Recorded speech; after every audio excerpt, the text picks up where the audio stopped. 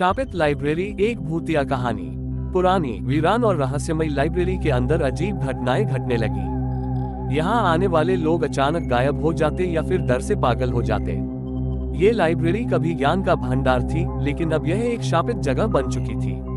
शहर के पुराने हिस्से में एक लाइब्रेरी थी जिसका नाम था विजडम लाइब्रेरी। ये करीब 100 साल पुरानी थी और इसमें लाखों किताबें थी। लेकिन पिछले कुछ वर्षों से यहाँ बहुत कम लोग आते थे। इस जगह के बारे में कई डरावनी कहानियां मशहूर थीं।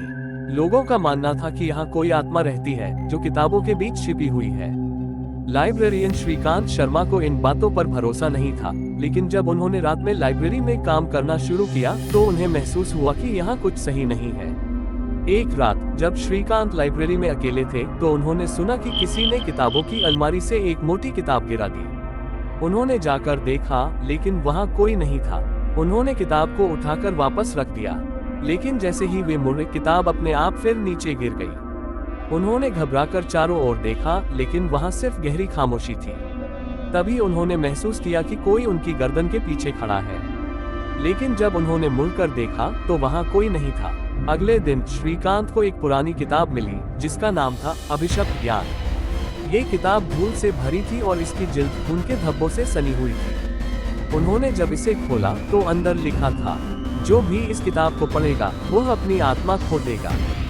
श्रीकांत को यह मजाक लगा और उन्होंने किताब पढ़नी शुरू की, लेकिन जैसे जैसे उन्होंने पढ़ा उनकी आंखों के सामने अजीब दृश्य आने लगे। एक महिला जो जलती हुई लाइब्रेरी में मदद के लिए चिल्ला रही थी। एक अंधेरा कोना जहां कोई खड़ा था लेकिन उसकी परछाई नहीं थी। एक भूतिया चेहरा जो किताब से निकलकर उन्हें घूर रहा था। श्रीकांत डर से कांपने लगे। श्रीकांत ने लाइब्रेरी की पुरानी फाइलें खंगाली और पाया कि यहाँ 50 साल पहले एक महिला लाइब्रेरियन सुनीता वर्मा की हत्या हो गई थी। किसी ने उन्हें जिंदा जलाकर मार डाला था और उनकी आत्मा अब भी यहाँ भटक रही थी। जिस रात श्रीकांत ने पूरी किताब पढ़ ली, उसी रात से उनके साथ अजीब घटनाएं होने लगी। दीवारों पर खून से "भाग जाओ" लिखा मिलने लगा। अलमारियों से किताबें अपने आप गिरने लगी। कभी कभी अंधेरे में एक सफेद साया चलता हुआ दिखता। एक दिन जब वह दरवाजा खोलकर भागने वाले थे तो किसी ने पीछे से उनका हाथ पकड़ लिया। वह चीख पड़े। उन्होंने मुड़कर देखा, एक जली हुई आत्मा उनकी आंखों में झांक रही थी। श्रीकांत ने एक तांत्रिक से मदद मांगी।